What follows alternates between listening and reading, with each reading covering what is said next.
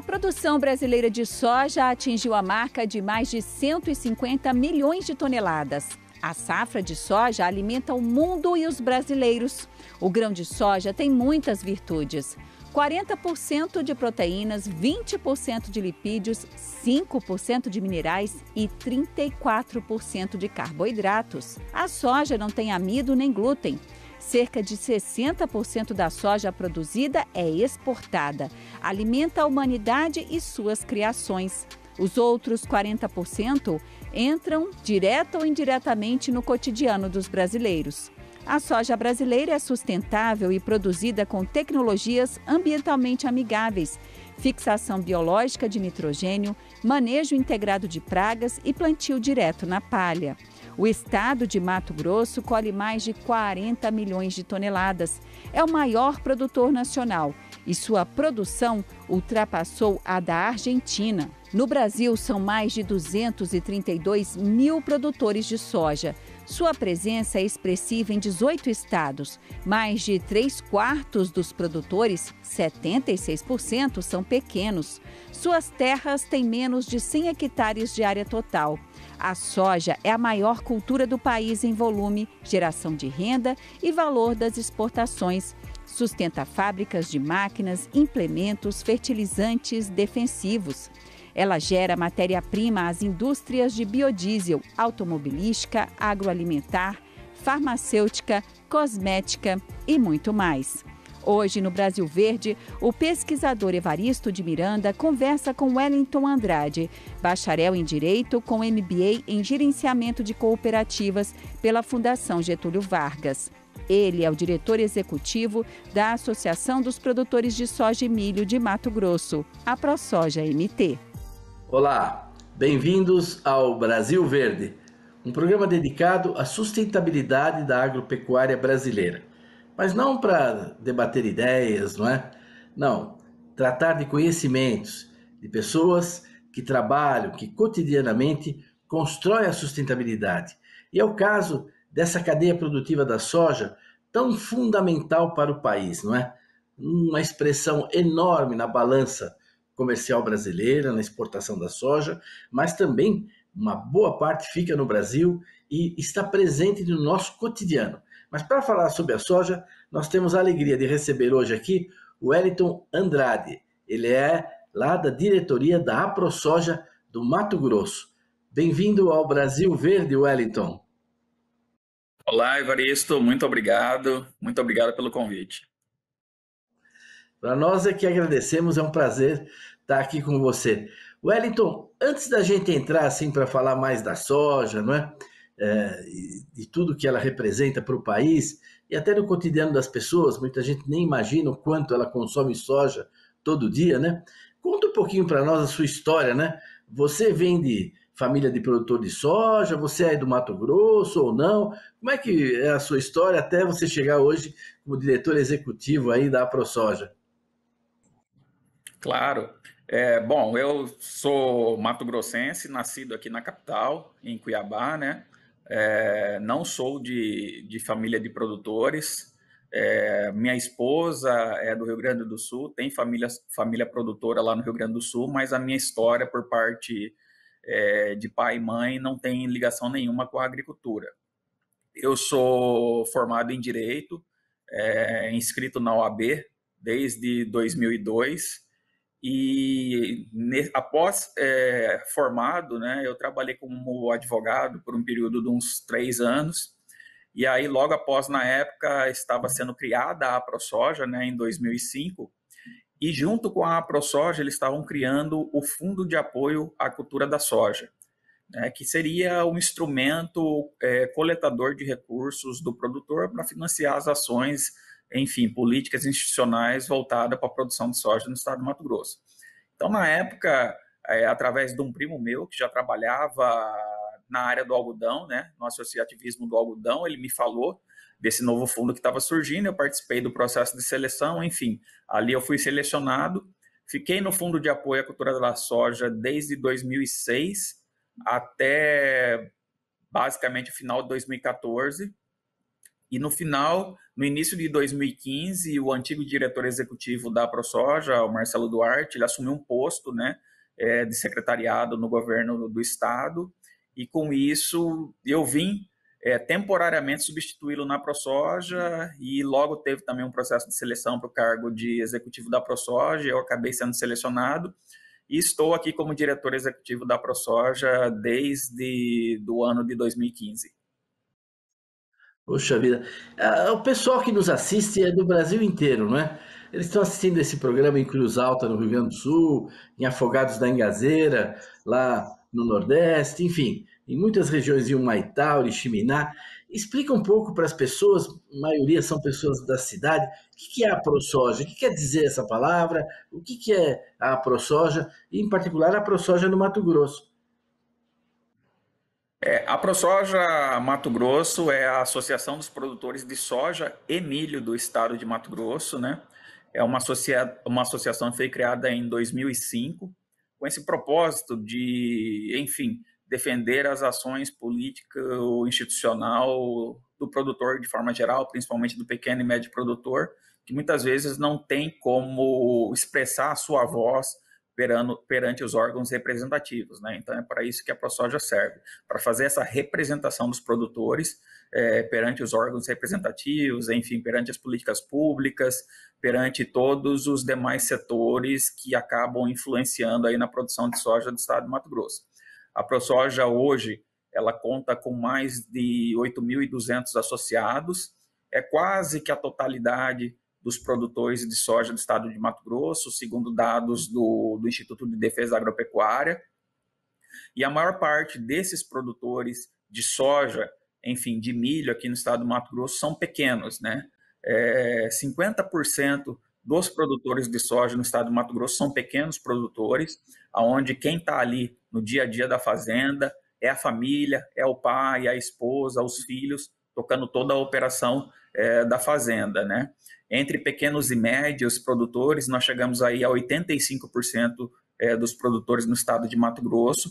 Então, a maioria desses produtores, eles são de porte pequeno, né? Lembrando que Mato Grosso ainda não passou pela reforma agrária familiar, né? Ainda está na segunda geração de produtores, e aí essa segunda geração de produtores tem os irmãos, logo tem os filhos, né? Então, a propriedade ela vai se fracionando cada vez mais em pedaços menores, como aconteceu no Rio Grande do Sul, no Paraná. Então, hoje, a ProSoja é isso, ela é uma voz do produtor rural, especialmente do pequeno e do médio produtor, né, perante as representações institucionais, políticas, enfim, todos os órgãos e as instâncias governamentais. É muito relevante o que você falou.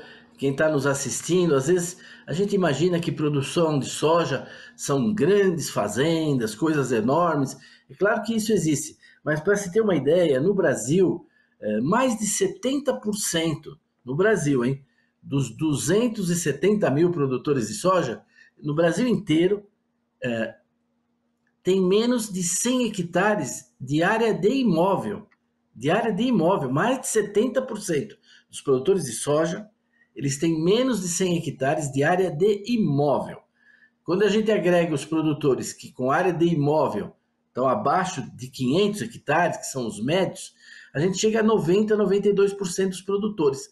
Então a soja, a realidade da soja, que tem uma expressão significativa em 18 estados do Brasil, né?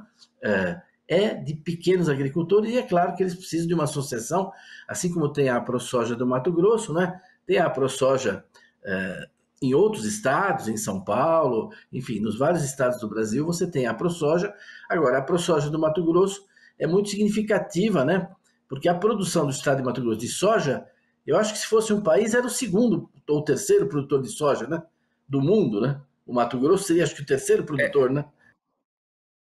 Isso, o Mato Grosso ele produziu na soja passada 45 milhões de toneladas de soja, né? Para essa safra nós estamos com uma previsão aí ainda um pouco incerta, em torno de 43 milhões de toneladas, mas nós estamos passando por uma adversidade climática muito severa aqui no estado, então a gente não tem como mensurar ainda os impactos negativos dessa safra, mas se Mato Grosso fosse um país, sim, nós seríamos o terceiro maior produtor de soja do mundo, atrás do próprio Brasil e dos Estados Unidos, né? A soja de Mato Grosso, ela representa 26% de toda a soja produzida no Brasil, e somente a soja de Mato Grosso representa 10% de toda a produção mundial de soja. Então, realmente é uma produção bastante expressiva, graças a fatores positivos climáticos, enfim, tecnologia aplicada no solo. A maioria dessa soja é produzida no Cerrado, e como todos sabem, o solo do Cerrado ele é pobre, né, em nutrientes, então boa parte de toda essa produtividade, de toda essa produção também é o emprego de tecnologia no solo, né? Enfim, fertilização, todas as técnicas e boas práticas agronômicas aplicadas no solo. E o Brasil é um exemplo, e o Mato Grosso é líder nisso, de boas práticas agronômicas, não é?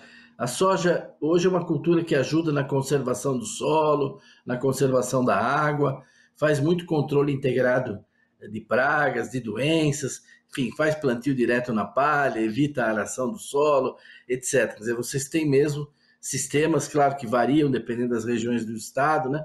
Mas sistemas muito sustentáveis. Talvez você pudesse dizer uma última palavra aqui sobre essa questão de que a soja representa também muito trabalho, não só no campo, mas também da porteira para fora, tanto nas indústrias que fornecem insumos para a soja, né, como na jusante, né, na indústria agroalimentar, na indústria de rações. Dá para dizer uma palavrinha sobre esse universo? Depois nós vamos fazer um intervalo e aí entraremos de novo no tema. Sim, a soja é proteína vegetal transformada em proteína animal, né? O grão, boa parte do grão de soja, ele é, enfim, esmagado para farelo de soja, que se transforma em ração animal, ração bovina, suína, ração para frangos, e boa parte é esmagada também para virar óleo de soja, né? Então, praticamente toda a produção de soja, ela acaba chegando de alguma forma ao consumo humano, né? Seja no consumo de carnes, seja no consumo de óleo e seja no consumo de diversos produtos que são feitos à base de soja, né? Até desde cosméticos, enfim, alimentos processados, industrializados, uma gama infinita de produtos, pode-se dizer aí mais de 1 milhar de produtos, eles utilizam de alguma forma algum produto ou subproduto a partir do grão de soja. É verdade. Nós vamos fazer, Wellington, um pequeno intervalo e a gente já volta continuando essa conversa sobre a importância da soja para o Brasil e a importância da soja, no caso aí do Mato Grosso. Até já, um minutinho.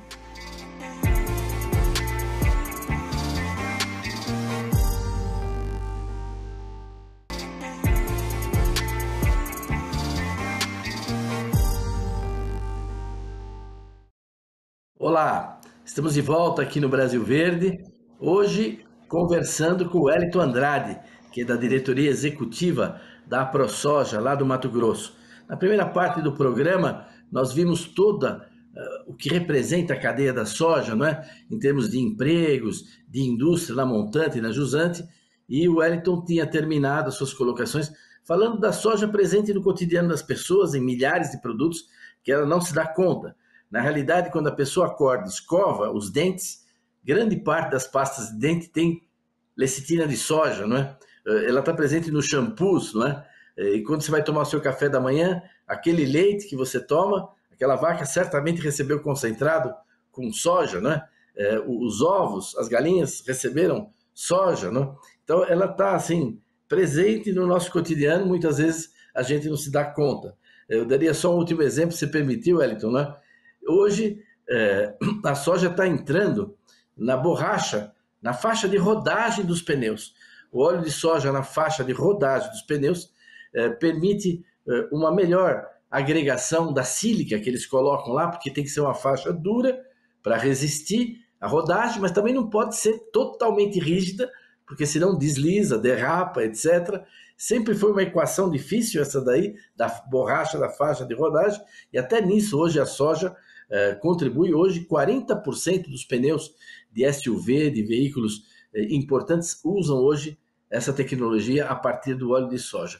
Mas eu queria te passar a palavra de novo. Você estava dando a ideia dessa dimensão nacional, né? Mas nós temos uma dimensão internacional na soja muito grande. E o Mato Grosso, apesar da distância dos portos, conseguiu construir uma logística para levar essa soja para o exterior. Você pode comentar um pouco isso para nós?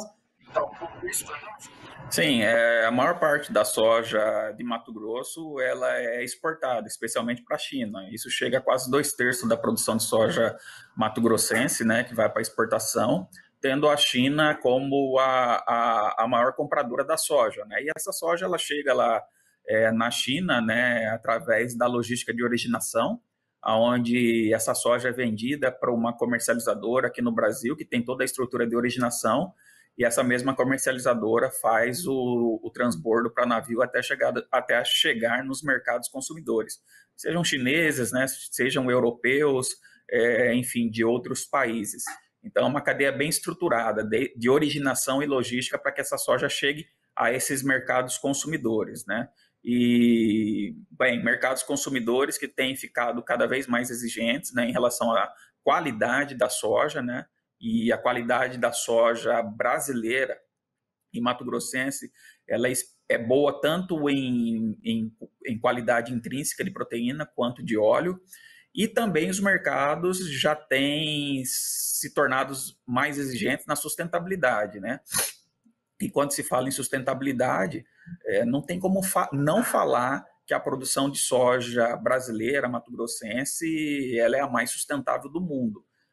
Você bem sabe, Evaristo, que em relação ao uso e ocupação do solo, né, das lavouras em Mato Grosso ou no Brasil, aqui em Mato Grosso, hoje a soja ocupa em torno de 12% do território mato-grossense, no Brasil um pouco menos.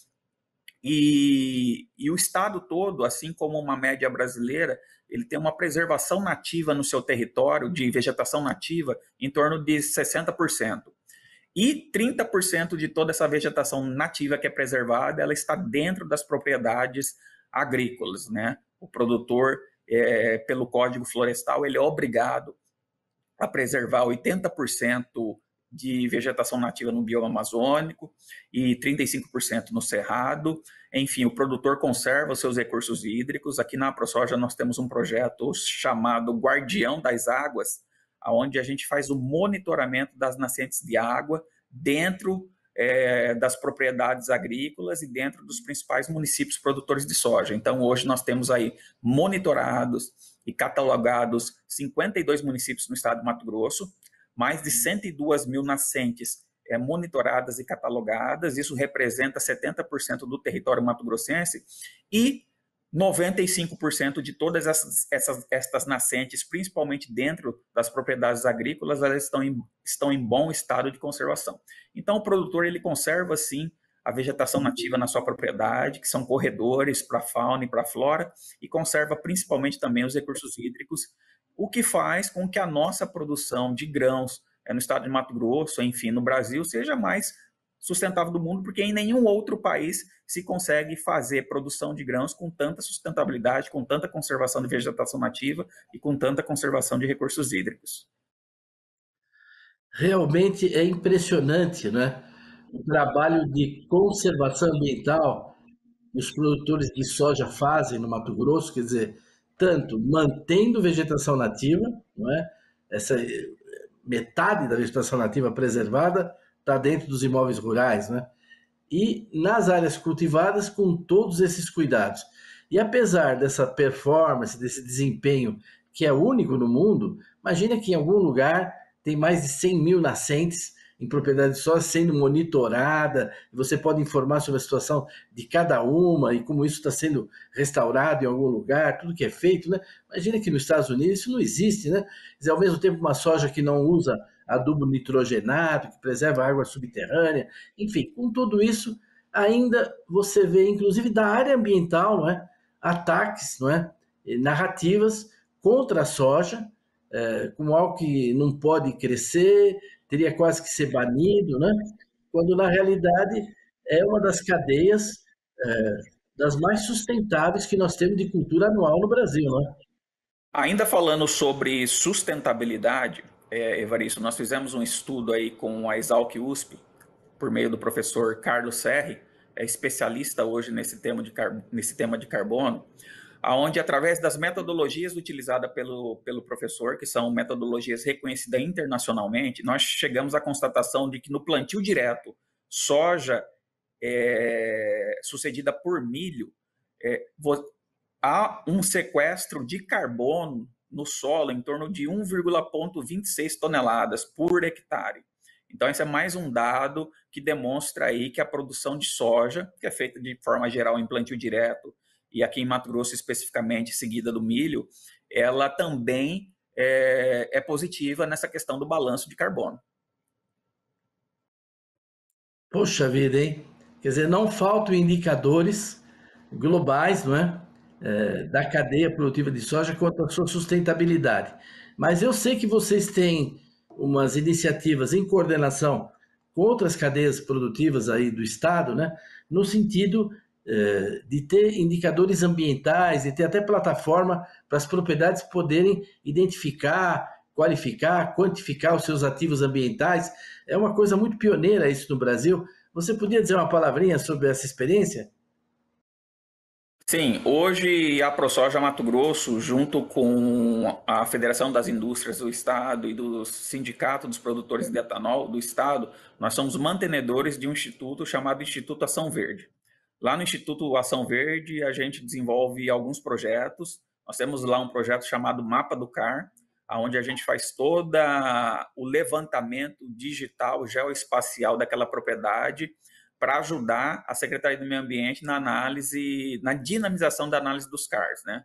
Então, a gente tem um termo de cooperação com a Secretaria do Meio Ambiente, e lá nós criamos uma plataforma chamada Inova CPR, onde a gente faz um levantamento preliminar de todos os ativos ambientais dentro de uma propriedade agrícola, e, após isso, a gente leva esse levantamento preliminar para um projeto definitivo e para uma certificação, e depois a gente registra ele numa outra plataforma do Instituto Ação Verde, que se chama PNBSAI, que é uma plataforma de registro de ativos ambientais.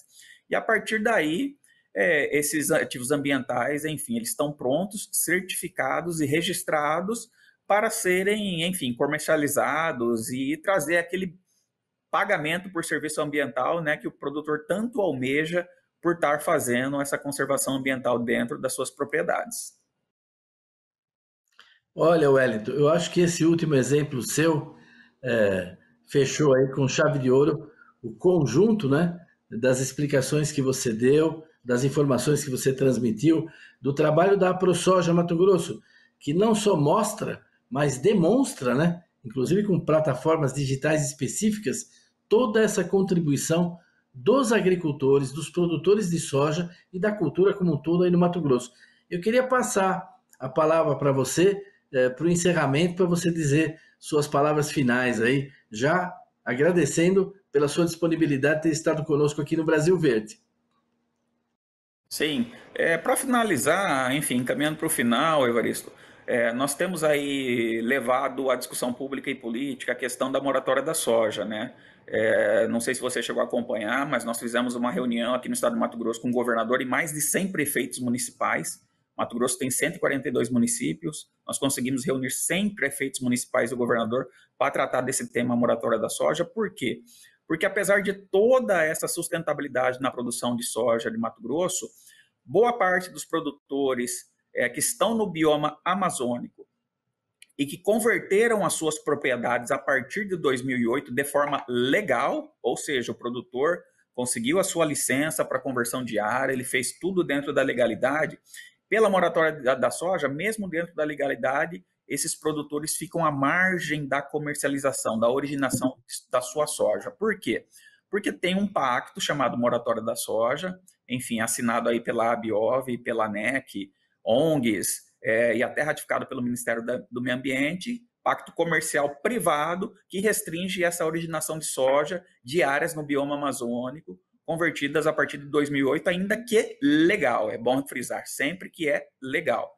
E a gente entende, Evaristo, e estamos discutindo isso com governos, enfim, com a sociedade de forma geral, primeiro, que isso aí é uma afronta à soberania do Código Florestal, que permite que o produtor converta 20% da sua área dentro do bioma amazônico, e também a gente entende que é um abuso de poder econômico por parte dessas comercializadoras, já que elas são 95% de todas as comercializadoras, né, que estão dentro da Biov e da ANEC. Enfim, o produtor fica sem ter opção para quem vender a sua soja, mesmo produzindo ela de forma sustentável e de forma legal. Então, nós estamos trazendo esse debate a público, com governos, enfim, prefeitos, porque isso impacta diretamente aqueles municípios considerados novas fronteiras agrícolas, principalmente aqui no norte do estado de Mato Grosso. Eu agradeço essa sua colocação. Eu acho que você trouxe aí um tema muito urgente, não é? Pessoas que são mais realistas que o rei, não é? Quer dizer, você está cumprindo a lei, mas a lei do Brasil não basta, né? Então você vem impor condições e o pior é que tem uma parte da cadeia que assume compromissos lá fora e depois o produtor é que tem que cumprir o que ele assumiu lá, não é?